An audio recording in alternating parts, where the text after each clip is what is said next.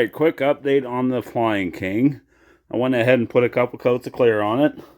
It does make a difference. I wish you guys could see the shine on this thing outside. It's quite shiny. I was actually pretty surprised with the way it is.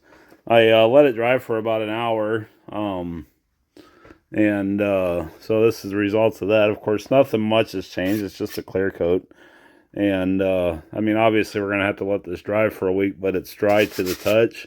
So we can go ahead and start doing assembly, which I've already went ahead and did. Usually my first steps in doing assembly is getting the landing gear on it. So that way it's not getting beat around on the workbench.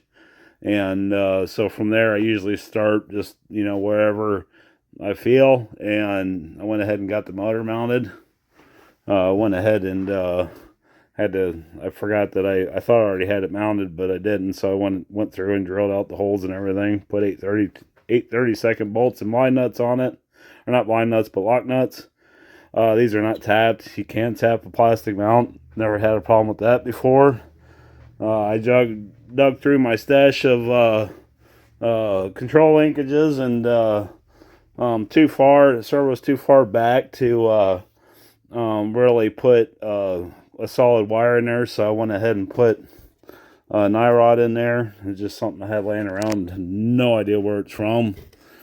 Biggest thing with this is to make sure that you either use a Z-bend on one end and a plastic, or especially if you use a metal clevis on the other end, you don't want two metal clevises on one rod.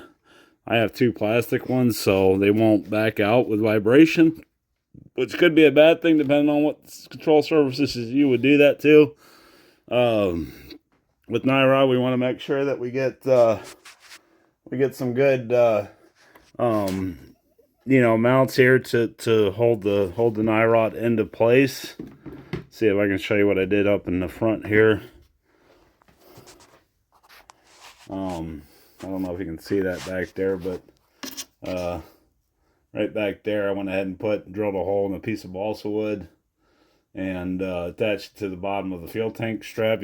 Or fuel tank hold down. You can see where it kind of weaves through there to come down to the servo.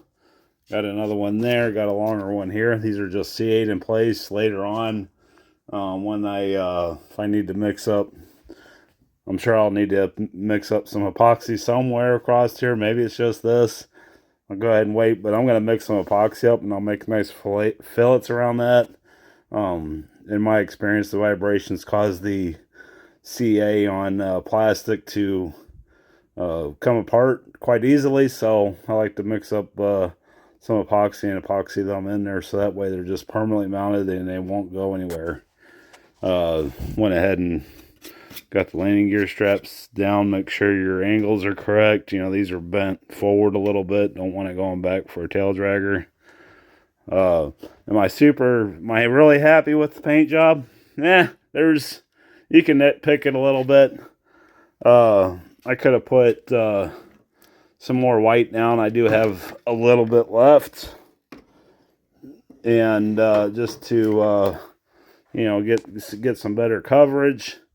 Again, your results will vary depending on where you want to be at for weight, what you want it to look like. I didn't get the shiny monocoat look that I wanted because you can still see wood through it and everything. It's okay. I mean, it's not, second time doing it. I'm good. It's good enough for me. And there again, it's not going to, go in any beauty contest or nothing. It's just going to be a plane that I fly. So, anyways, these turned out, the window frames turned out super nice. I got about 4 coats of clear on them to seal them up. That's kind of the look we're going for right there. I think that'll look, I like the way that looks. We're not going to do frames on the top or the front. That's just going to be glass or, plastic glued right down to the frame structure there. Maybe do a black trim around it or something later on. See what it looks like first. So anyways, that's where we're at. Here's the wings. And there again, they come out pretty nice.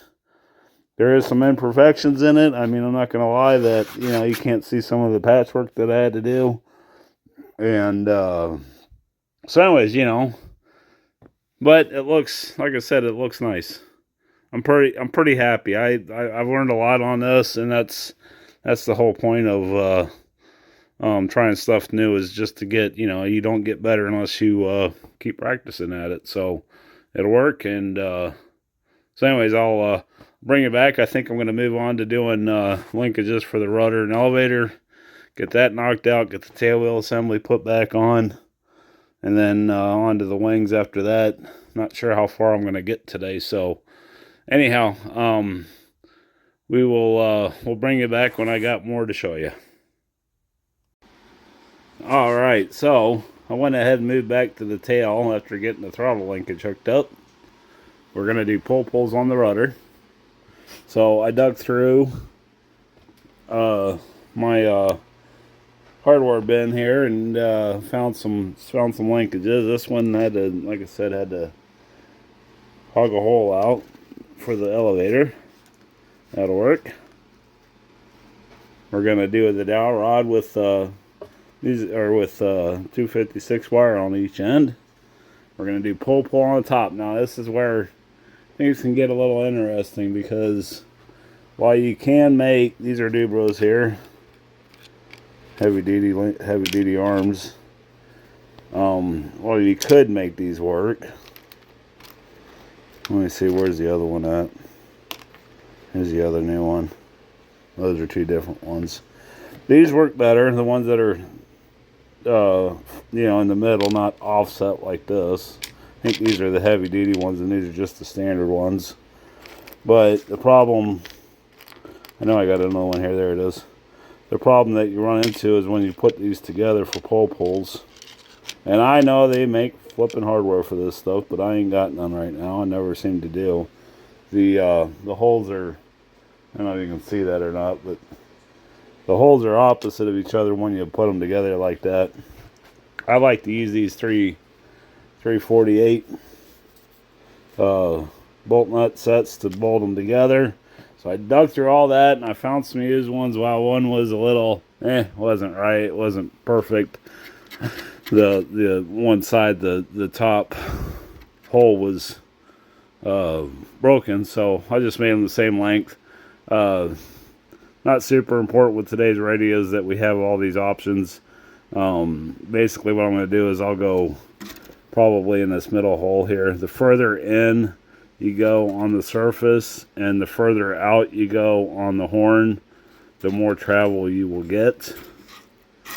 But the downside of that is the further out on the hole that you go on the servo, the less torque you're applying to the surface that you're trying to move. So, there's, give or take on everything. So we'll probably go all the way in on this, and on the servo horn, I'll probably go mid-length. This thing is not going to require a whole lot of deflection, so we might as well get the power. And, I'll probably end up reducing the throws at the radio anyways. I got the tail wheel hooked up. I'm going to have to probably trim this back some so I can get this over here. I'm going to just put a simple Z-bend on this, and I do believe might do something a little different, but I'm not sure. So we'll have to see what we got for options for hooking this up. This is just a half-A steerable nose wheel, so works great for bigger models for a tail wheel. So anyways, that's where we're at. I gotta run into town. I keep putting my dang finger in the way. I gotta run into town and do some things, but if I'm not sure how much further I'm gonna get on this. I got some stuff to do in the house and that, and then I might make up that rod. That's probably where we're gonna end the video at, though. I'm not gonna show a whole lot of this process. If you guys want to see more in depth on rigging your plane up, I'll make sure to do a video on pull, since I have not done that yet on the YouTube channel here. So we'll go through that and get that hooked up and show you some tricks and tips on that stuff. And then yeah, so we're getting there. Maybe done next weekend. I'm not 100% sure. I want to get on to some other projects here. I'm getting tired of working on it too. So anyways, want to thank you all for watching, and please don't forget to like, comment, subscribe. If you got any questions, feel free to ask them down below. I'm usually pretty quick to reply since I ain't got a huge channel here. So 221 subscribers as of this morning. So thank you all for doing that, and we'll catch you on the next one.